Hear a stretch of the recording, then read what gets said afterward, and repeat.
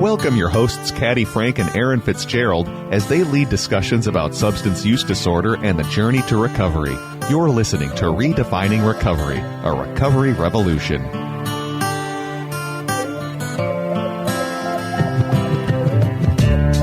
morning.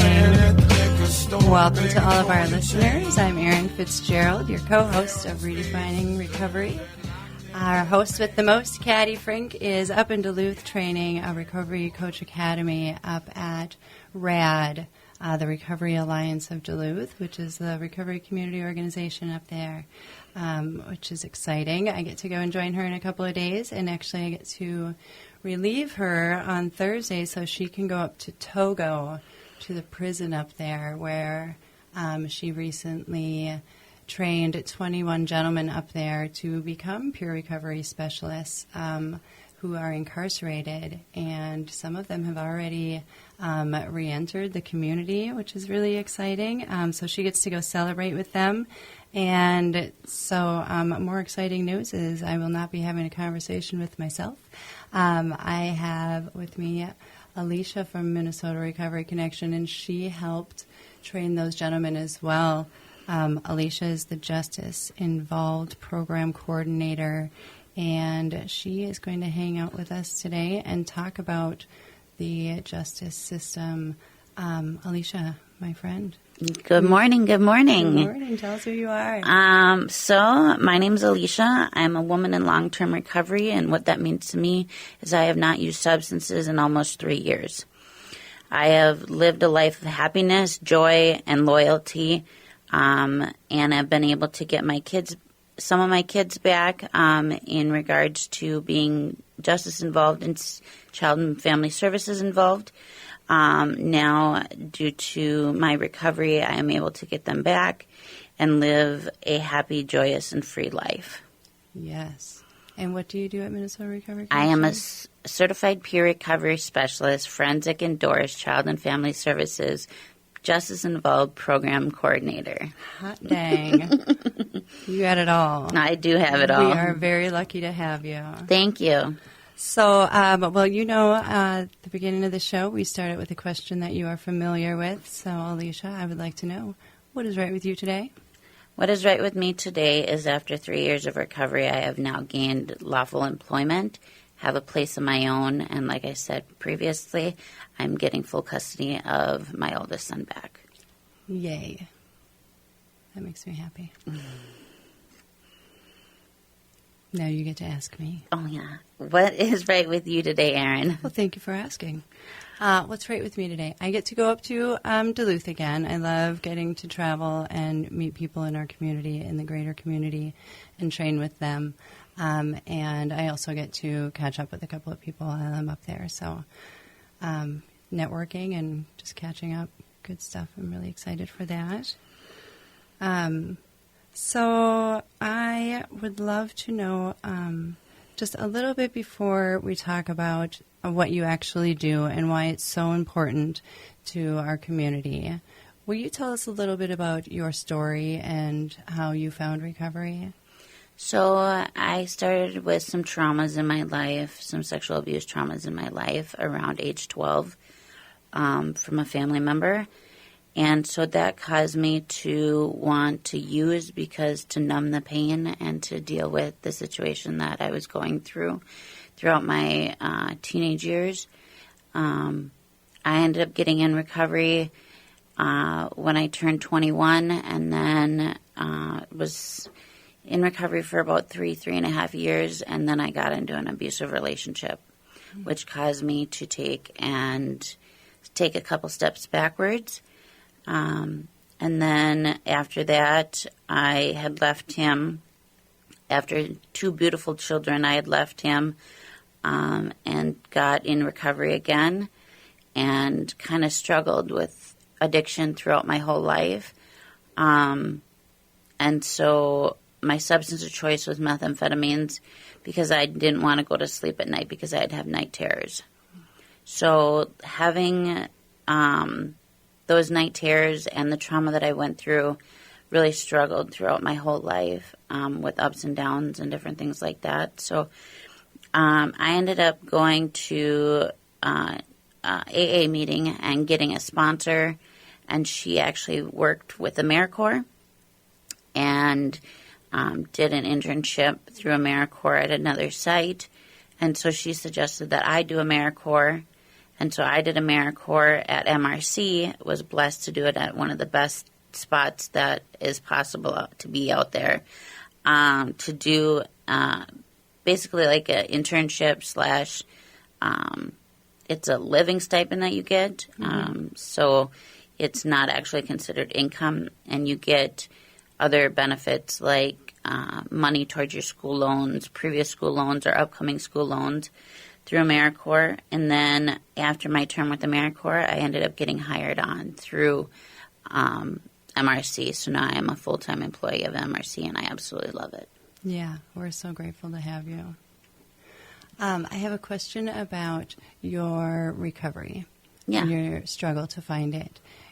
Did you do something differently in the end that besides joining AmeriCorps? Or was it just immersing yourself in the community? So it was a mix between sitting in jail and prison, and then going to and getting submersed in the community. Mm-hmm. Did you have all of the supports that you needed the first couple of times that you found recovery? I did not.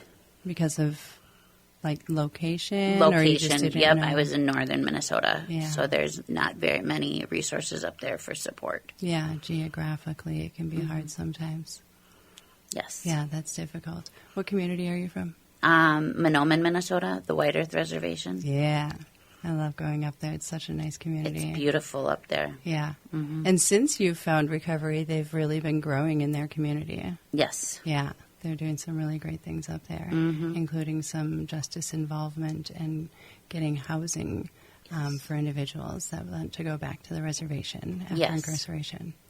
Yeah. Mm-hmm. So one of the reasons that it's so important that we talk about the intersections of substance use disorder and justice involvement is because recidivism rates are really, really high. And so it's so important, like what you and Caddy have done with the gentleman in Togo at the prison there, and at the other prisons that we've trained other individuals in Moose Lake twice now, Lino Lakes. Faribault and Shakopee, and then women in Shakopee. Yeah. And so having folks that are incarcerated either lifelong and they're going to be there and can help people that are coming in just get some information and help them kind of understand themselves a little bit before they come back out into community can be really important in helping people make connections to like peer services. Absolutely. And stuff.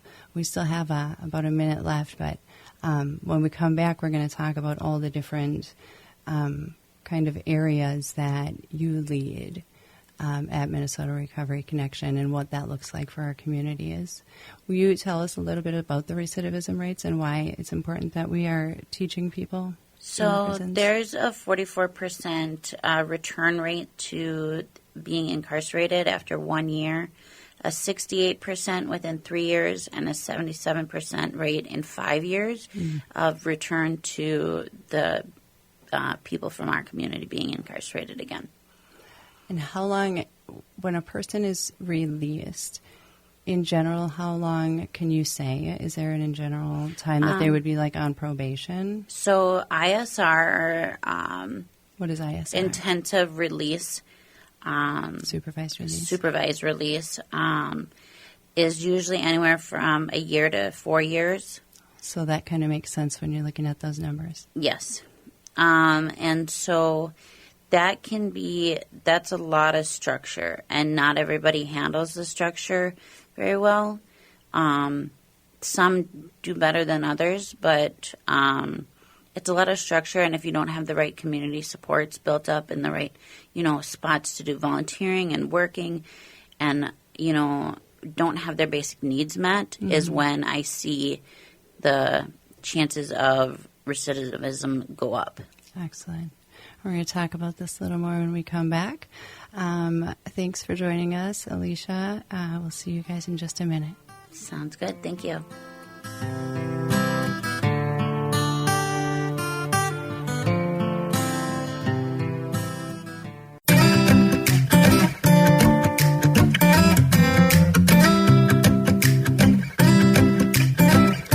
Welcome back to Redefining Recovery, a recovery revolution. I'm Erin Fitzgerald from Minnesota Recovery Connection, joined by Alicia Doty. Thank you very much for being here, dear. And we are talking about the criminal justice system and substance use disorder, their intersection, and why it's important that we start supporting folks from the inside out when it comes to incarceration, and understanding also that folks that have been incarcerated, like that's a totally different culture too, right? So I don't necessarily understand that culture if I haven't been incarcerated, so I need to ask questions and really pay attention when folks are speaking and telling me their story, so I can listen and understand what supports they need, because there's additional barriers when you are labeled with the F word. Alicia, the F word, the big fat felon word. Not felony or felon. Yeah, we got to talk about people with criminal backgrounds, criminal history, and their felons, and we label them. And language, of course, we like to change. So why is that important when it comes to this community? So you see the human being for who they are and not for the labels that they've done in their past. Different people have different talents, when we went into Moose Lake, we got a tour of the facility, and there was so much talent in there. They had murals on the big, huge murals on the walls. Yes. And the people that were in there, in that community, we don't say incarceration or people in prison. We say in that community, or we try to say in that community. Have so many talents, like I said. Some made beadwork, some did murals on the walls, some sang us songs, and some did poems. And they, after we had the graduating class, they did a tree of life for us.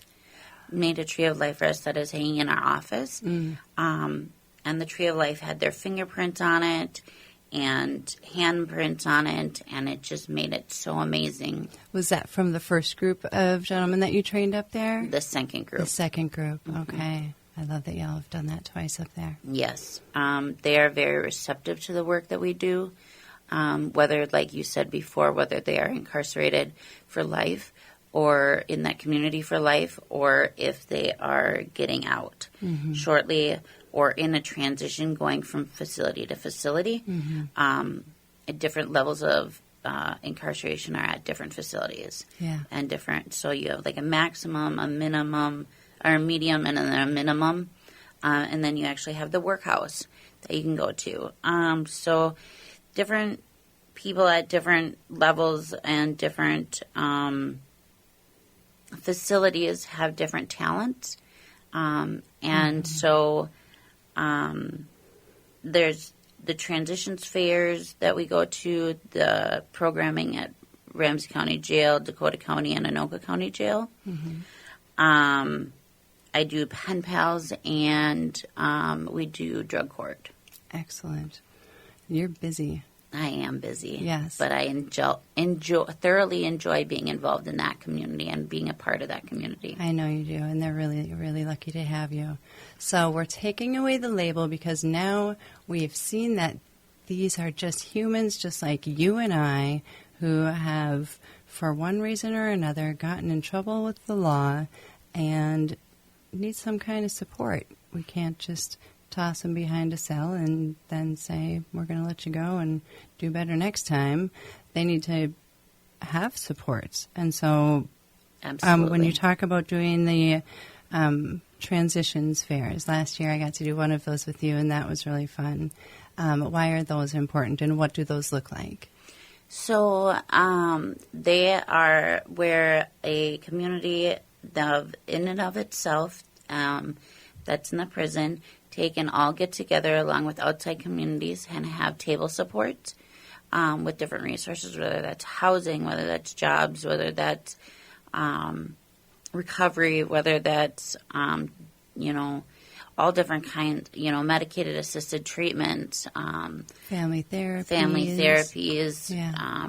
All different resources that you can possibly think of.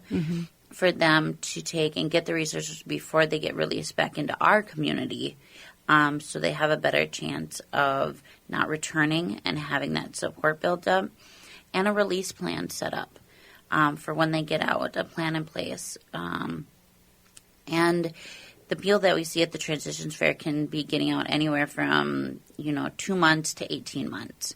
So it's planned closer to their release time. But that doesn't mean that people that are in there for life or longtime community members take and don't need the resources as well. They need them just as much as because they can help provide support to somebody that's going to be getting out. Yeah, absolutely. So the new peer recovery specialists that are trained, they get to have all that information so they can spread that amongst people that are maybe going to be spending 3 or 4 years there. Absolutely. Yeah, I love that. Very good. And when we were at the Transition Fair, we also had plenty of gentlemen sign up for pen pal letters. Yes. And that's super fun. I love our pen pal program. Will you tell folks what that is? So our pen pal program is where you sign up. If you're in that community, in the prison community, you sign up to get a peer recovery specialist, and the peer recovery specialist just communicates with you via email, JPay, which is their form of communication, or in the mail via snail mail. And so we do that. We provide resources that way. We provide support that way, rebuilding community relationships. And so one of my pen pals, I've been writing him for almost 2 years. He's a person in that community for a longer sentence. So taking and just providing that one-to-one relationship, on a professional level, to take and talk about what has happened to him and not what's wrong with him. And so we talk through his traumas. We talk about, what landed him there. Talked about, different ways to better himself for when he gets back into our community, or how he can spread the word while he's in there, and different programming skills that we can work on together while he's in there.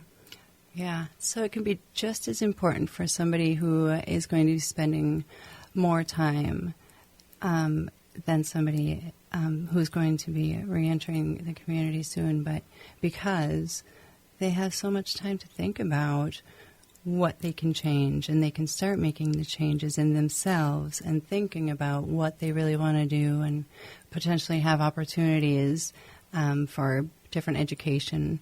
And you can help support them with all of that? Absolutely. Yeah. And it's nice to know that there's supports out there now, because when I was incarcerated, there was not that many supports. You had church and you had AA. Those were your only two options. And nothing against them, because I absolutely loved them and I took, pride in going to them. But that was it. The programs that came into the jails? Yeah. And that was it. Okay. They didn't have other programming. They didn't really have much support for you to get set up with before you got released. So the recidivism rate back then was a lot higher than it is now, which is a scary thought considering it's already pretty high the way it is. Yeah, no kidding. So, and when you talk about different programs, I know that Justin McNeil has been working diligently with some other folks to bring new programming in to the different prisons. What are some other things that individuals, maybe even culturally, have been doing? So culturally, in Lino Lakes, I believe, and in Moose Lake, for the Native American community in there that's incarcerated, they have sweat lodges and drum ceremonies for loss of loved ones or success of loved ones or successes that they've done.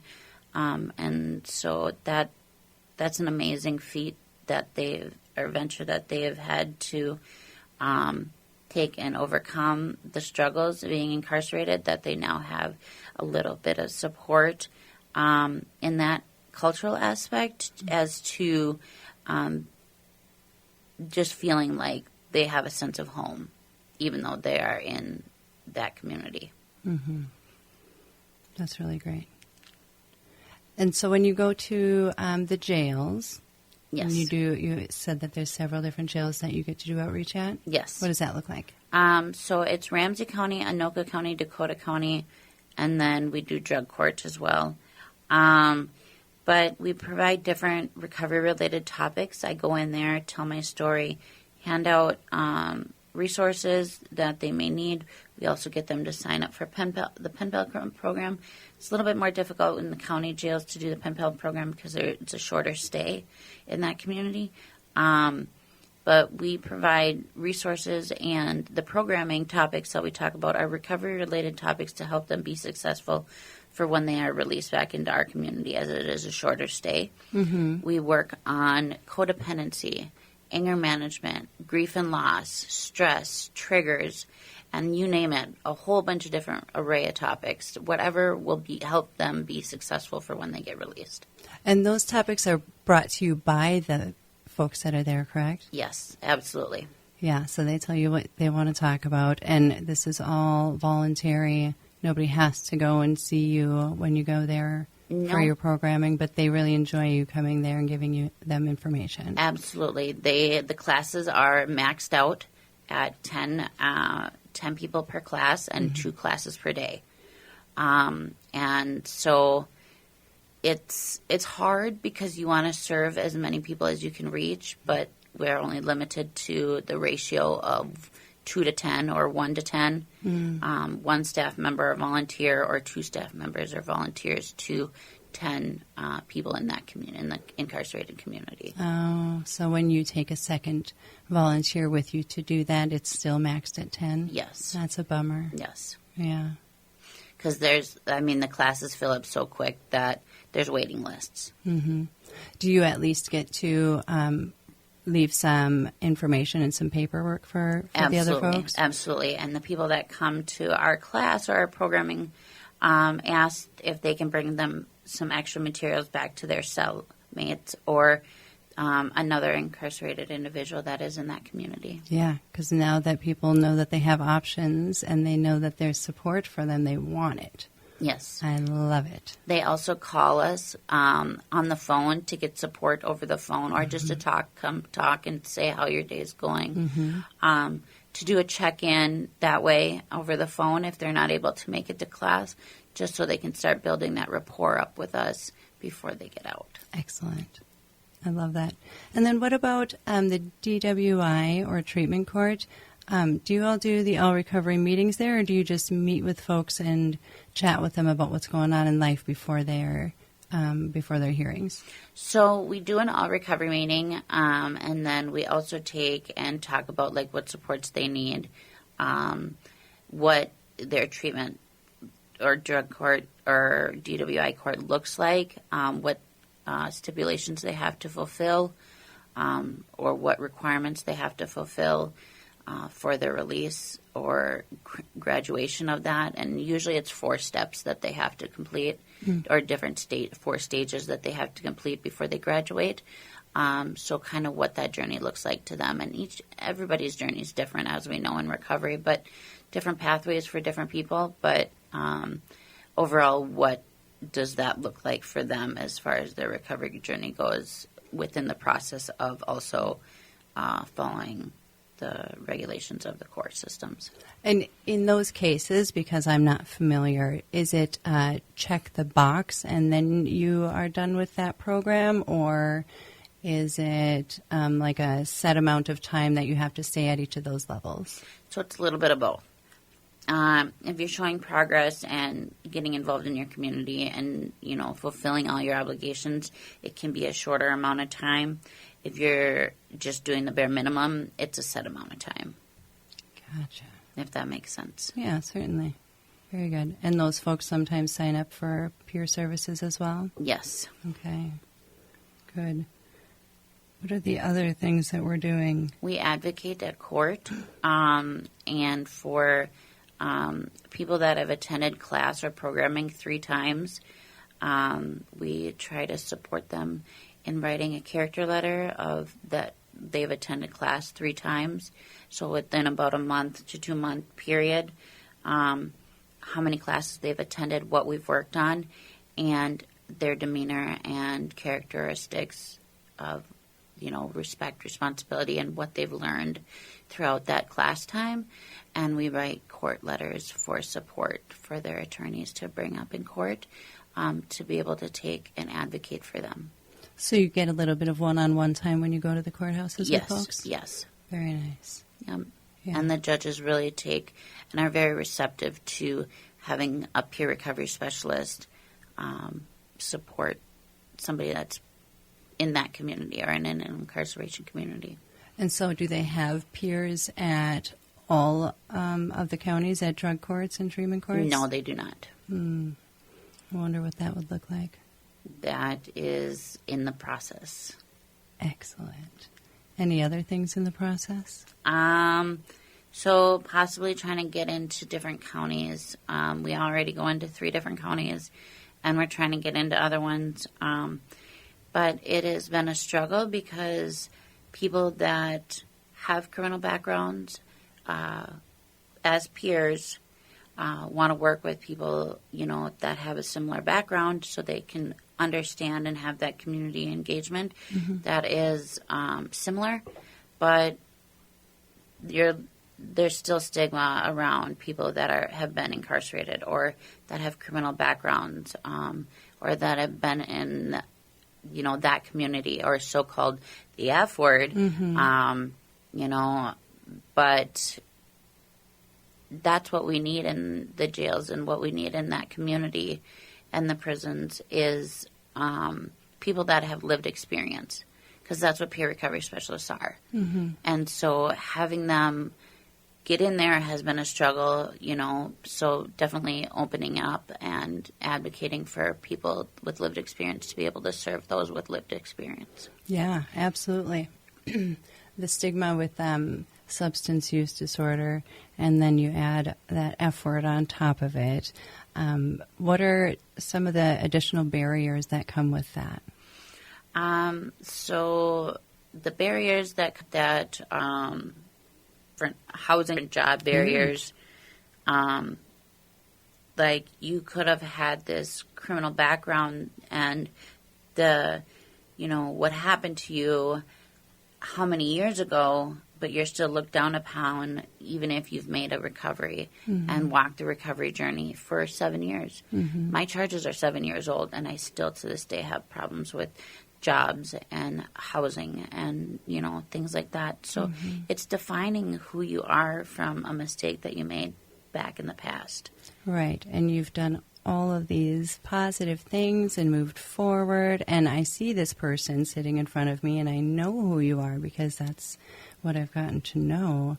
And then all of a sudden I see this F word, and I have to change the way I look at you and the way I treat you and the things that I'm able to support you with or not support you with. Yes. That's not fair. No, it's not. Yeah. There's, when we were at the Transition Fair in Moose Lake last September, I met a gentleman who had been incarcerated since he was either 16 or 17, and it was like 20 years later, and he was just about to be coming up on his release date.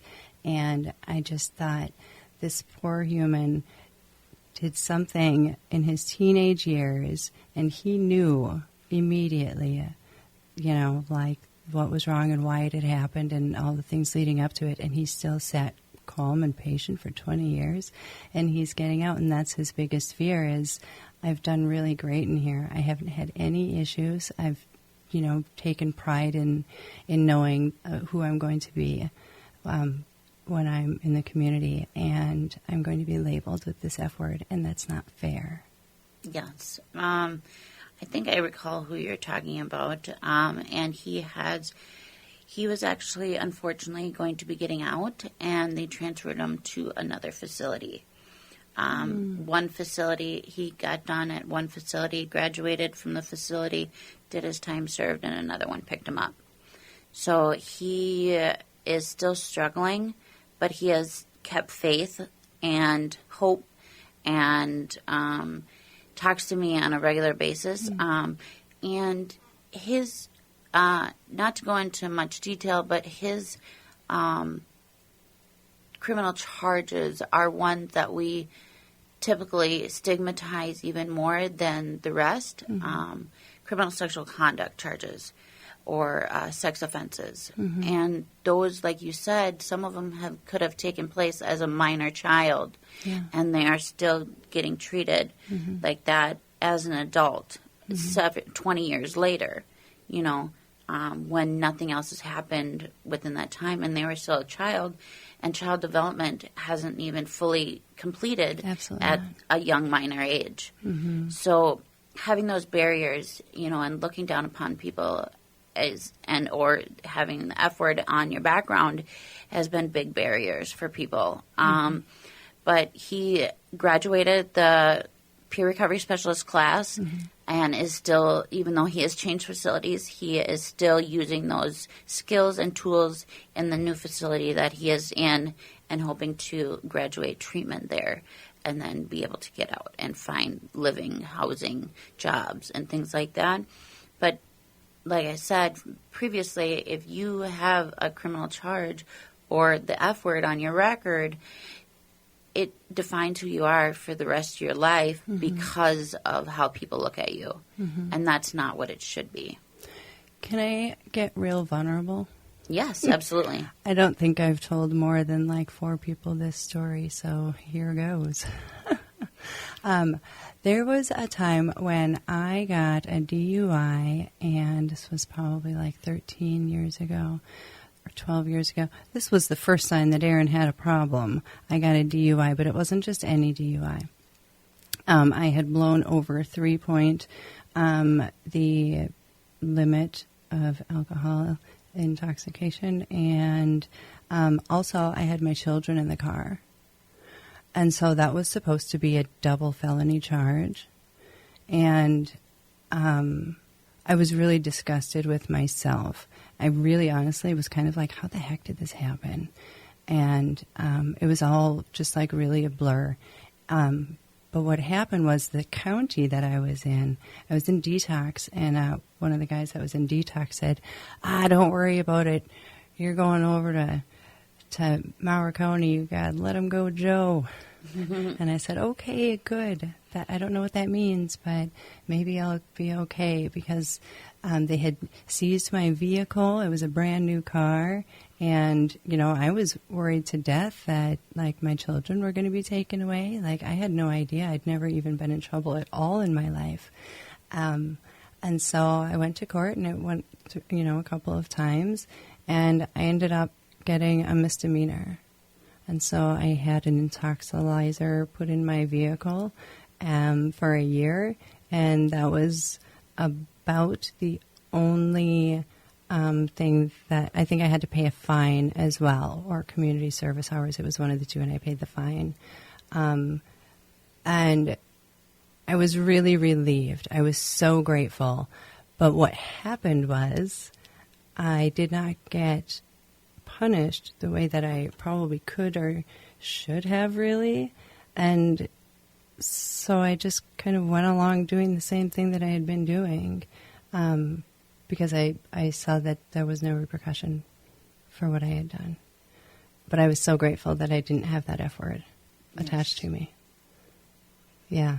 I often think about that and wonder if I would have gotten in trouble, if I would have had the county come at me the way that they do for many people, if that would have changed kind of how my recovery went.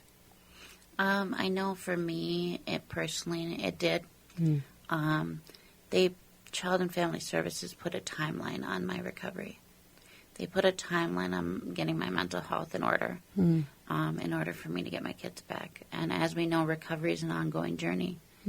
Mental health, you can, is an up and down roller coaster. You can be in recovery from different mental health disorders and things like that, but it's still an ongoing lifelong recovery journey, So because of my substance use, they put a time limit on, you can fix an A word or an addict, somebody in recovery you can fix, or, they can get better, but somebody with mental health or anger issues, not so much, according to the county. And correct me if I'm wrong, each individual person, they take case-by-case basis. And more people are stigmatized more than others. Yeah. Let's talk about that a little bit more. We're going to take a quick break.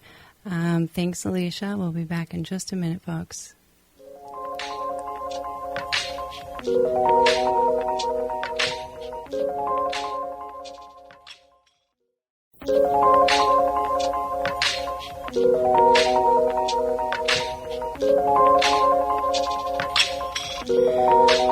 Welcome back. We are redefining recovery in the criminal justice system. Thanks to Alicia Doty for joining us today. Before we went to break, I had just shared a situation in my life where I probably could have had a little more involvement in the criminal justice department, but I was really let go with a slap on the wrist, and I was grateful for it because I did not have that F word attached to my name for the rest of my life. That would be felon. And so I was grateful for that, but there was probably some missed opportunities there because I could have potentially found recovery or, like you said, like some mental health help sooner in life, but I did not. So that being said, there are certain people in our communities who really could be beneficial and helpful. Like the judge in that case could have asked some questions and maybe gotten to know me and my situation a little more, or sometimes police officers when we find individuals in the streets, when we encounter somebody who's involved in a criminal act, whatever. What do you think some of the misconceptions or barriers are with other folks that we encounter? So I know when I go into Ramsey County, a language barrier is a big one. And MRC has been doing an amazing job with trying to become more diverse and open to different languages and providing services to people with different language barriers, as that has been a major struggle in the past. Mm-hmm. It's still a struggle, but we're working on it. Mm-hmm. And it's just one foot in front of the other. Immigration status is another one, people that, and, correct me if I'm using some stigmatizing language, but the immigration status is, hard on a lot of people, and it separates a lot of families, and that can be a big barrier to people in recovery. Minnesota's a, recovery state, land of 10,000 treatments. So, people want to get help, but how do we help the people that want to get help? Mm-hmm. And that's just breaking those barriers down, advocating for people, and trauma and generations and individual trauma. The big A and little a, or big T and little t, correct me. Big traumas, little traumas, everybody sees them as different, different traumas that they have in their life. Just because something small or minor happened to you doesn't mean that it's not a big trauma for somebody else. Mm-hmm. Literacy levels, reading, when I go into the county jails, I try to translate my document into Spanish and Quran or Quran to take and get the language barrier across so they can be able to get services as well. Sure. And I try to be polite and understanding that when we go around the room and share, that if somebody can't read, they can say pass. Mm-hmm. And then, or if they want to read and they want help, they can ask for help in a safe space. Mm-hmm. So helping people find those resources or do those things, just giving them that ease and comfort in a safe space. Mm-hmm. Not even having the language barrier, sometimes literacy level can really just be a challenge. A lot of folks who enter the justice system at a young age are also stunted in their education.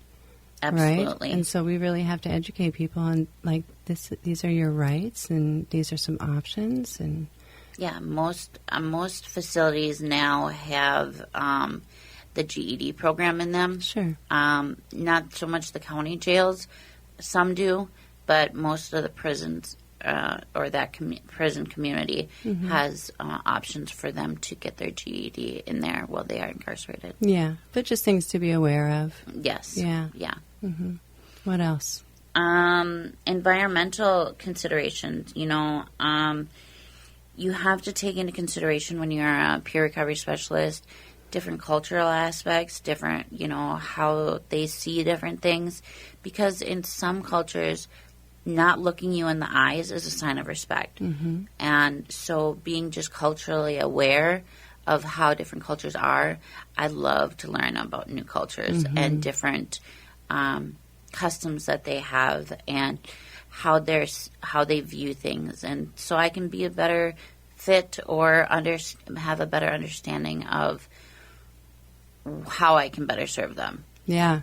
It sounds like good information that even like corrections officers could have because, like you said, sometimes not looking you in the eye in one culture is a sign of respect, and it could be a sign of disrespect in other cultures. Absolutely. And if we're not taking the time to understand that about the different cultures that we're working with, that could be really detrimental in the way that we are treating them. Yes. Because and judges and police officers and the court systems don't always have that cultural aspect. And so it can be a big barrier for the community. Mm-hmm. And real quickly, well, we have a few minutes left, but I was just going to say maybe probation officers or parole officers as well have a really, really great opportunity to help and support folks as they're coming into the communities again. Yes, right? Absolutely. We've had some of those people in that community, whether that's probation officers, corrections officers, parole officers, probation officers, law enforcement, judges take our PRS class, our Peer Recovery Specialist class, the RCA, and so they can have a better understanding of what that looks like and how to better communicate with people, along with the harm reduction class, understanding that there are other options and other pathways out there for different people on different roads of recovery. Yeah, so rather than having to just check these boxes and bring them to the judge and say, yes, I'm doing this, because sometimes that doesn't work, we can at least say, maybe we didn't check this box over here, but look at all of these other positive things that this individual is doing. Can we take this into consideration? Yes, and right. that's advocating for them. Absolutely. Yeah, you're a really great advocate. I just want to take a minute to say that in the last year and a half that I've worked with you, I have seen you grow, and I said this one of our other earlier shows, from a woman who came in with AmeriCorps and was pretty timid, and you can just tell that was like your early recovery, and you have just blossomed and grown so much into this woman that has a presence, and you take ownership of all the amazing things that you're doing. And I just love when you introduce yourself now compared to then, because you have your head held high, and I can just tell that you're just a new human. Thank you, and that is definitely what recovery has brought me. Yeah. Well, thank you so much for being here today. Thank you to all of our listeners. Check us out at minnesotarecovery.org. Send us some emails at podcast@minnesotarecovery.org. And find us on all your favorite streaming platforms. This has been a really good conversation, Alicia. I appreciate you being here. Thank you, Erin.